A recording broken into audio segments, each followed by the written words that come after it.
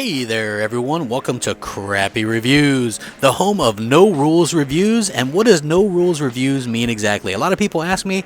Well, it basically means whatever the hell I want it to mean. I make the rules, it's my channel.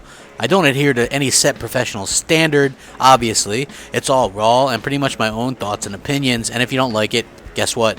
Don't watch, kids. It's pretty much that simple, but there's always these morons who don't understand optional content. You know, it's not something that takes a genius to understand. If you don't like something, you don't watch it.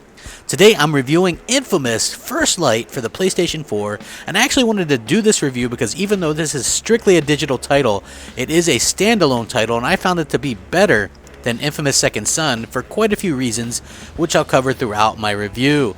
A lot of people asked me to review Second Son, but honestly, I wasn't a fan of the character of the story, and that game became quite boring and repetitive. First Light actually fixed a lot of the issues that I had, and I found it fairly enjoyable for the first time on the PS4. I found a really enjoyable experience, so I'm not going to lie about it. Graphically, the game is very gorgeous. My only complaint would be that for an open world game, you can't really get into many places. You know, everything's closed off, so everything looks good on the outside, but you can't really check out the insides anywhere. And whenever you're getting chased by the police or enemies, all the NPCs, the regular folks in the city, disappear. And then they suddenly reappear when the event or the chase is over. Now overall, though the gameplay is smooth and looks really nice, probably one of the best looking, if not the best looking PS4 games that I've played. Keep it in mind, of course, that there's a ton of freedom and actual gameplay elements in this game as opposed to a game like The Order 1886, which was very pretty but was extremely limited in where you could go and what you could do. So I'd say props to Sucker Punch for making a beautiful game and not sacrificing gameplay for graphics. Now the gameplay is third-person action. You have these neon powers that you use to complete missions, side quests, and even races.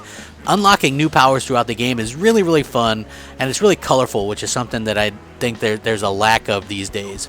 And they also have these arena challenges that help practice with the new skills that you earn and unlock throughout the game.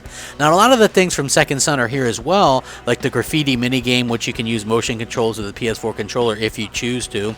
Overall, the gameplay is tight, and if you've played any inFamous game, you'll know exactly what to expect. So there aren't really any surprises, it's just kind of tightened up and a much better story. Speaking of the story is really interesting. You play as Fetch, who is, in my personal opinion, a much better and much more likable character than Delson from Second Son.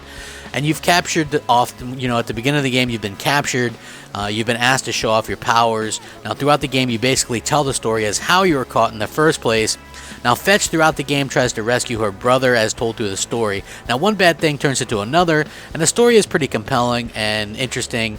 And Fetch is a very strong female character, which you don't see a lot of these days, but I'm glad we're seeing more of them because I think it's needed. There's strong women, strong men, there's strong everybody, and I think that it's about time we get over this kind of attitude that they can't be.